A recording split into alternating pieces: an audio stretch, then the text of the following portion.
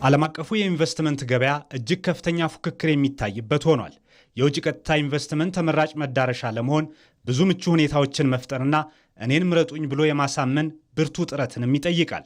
በዚህ ውስጥ አሸንፎ መውጣት ዜጎችን ተጠቃሚ ከሚያደርግ ጥራት ያለው የሥራ ዕድል፣ ዘላቂ ጥቅም እስካለው የቴክኖሎጂ ሽግግር የሚፈጥርና ለኢኮኖሚው የሚያስገኘው ትሩፋትም ብዙ ነው። የውጭ ቀጥታ ኢንቨስትመንት ገበያው ካቀረበው ባለሀብት በምርጦቹ መመረጥ ዘላቂ ጥቅምን የሚያረጋግጥም ሆኗል። ኢትዮጵያም ቀደም ሲል የነበረውን በጥቅሉ የውጭ ቀጥታ ኢንቨስትመንትን የመሳብ አካሄድ በመቀየር የሀገርን የረጅም ጊዜ ጥቅምን ግምት ውስጥ ያስገባ አካሄድን መከተል ጀምራለች።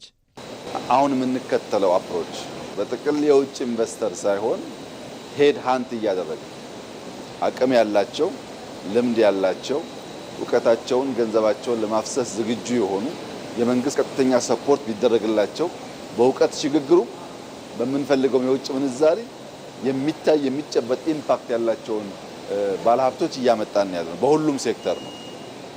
እናናገራቸው ባለሀብቶች በቂ ገንዘብ ያላቸው፣ ልምድ ያላቸው፣ በሴክተሩ እውቅና ያላቸው ከሆኑ እኛ የምናደርገው ድጋፍ ታክሎበት በአጭር ጊዜ ውስጥ ውጤታማ መሆን እንችላለን።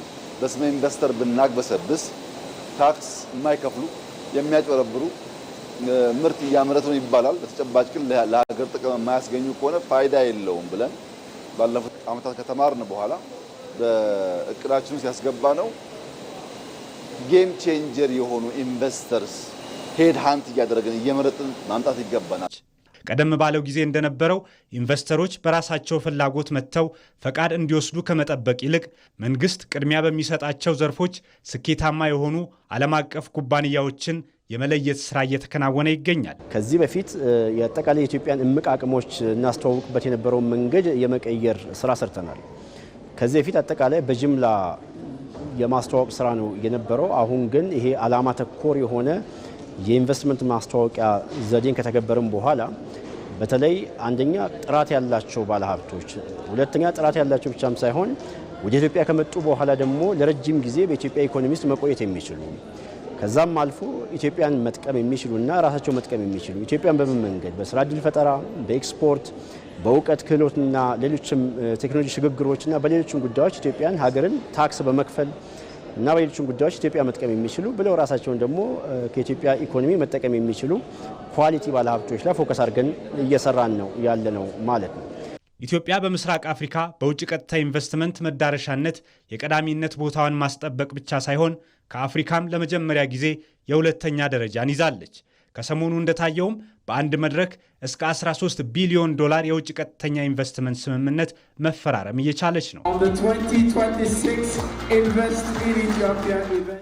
በፎሪን ዳይሬክት ኢንቨስትመንት በቅርቡ እንደሰማችሁት ነው። በጣም ከፍተኛ የውጭ ሀብት ሳቢ ከሚባሉ የአፍሪካ ሀገሮች ኢትዮጵያ በቀዳሚዎች ውስጥ ትመደባለች። በጣም በከፍተኛ ደረጃ የውጭ ኢንቨስትመንቶች እየመጡ ነው። ኤርፖርት ላይ ኢንቨስት የሚያደርጉ፣ በክሊን ኤነርጂ ኢንቨስት የሚያደርጉ በጣም ትላልቆች። የራሱ የማዳበሪያውና የጋዝ ኢንቨስትመንቱ በቀላል የሚታይ አይደለም። በዓለም አቀፉ የንግድ ትስስር ውስጥ የውጭ ቀጥታ ኢንቨስትመንት የአንድ ሀገር የኢኮኖሚ መዋቅርን ከመቀየር አልፎ የቴክኖሎጂ ሽግግርን ለማፋጠንና የሥራ ዕድልን ለመፍጠር ቀዳሚውን ድርሻ ይይዛል።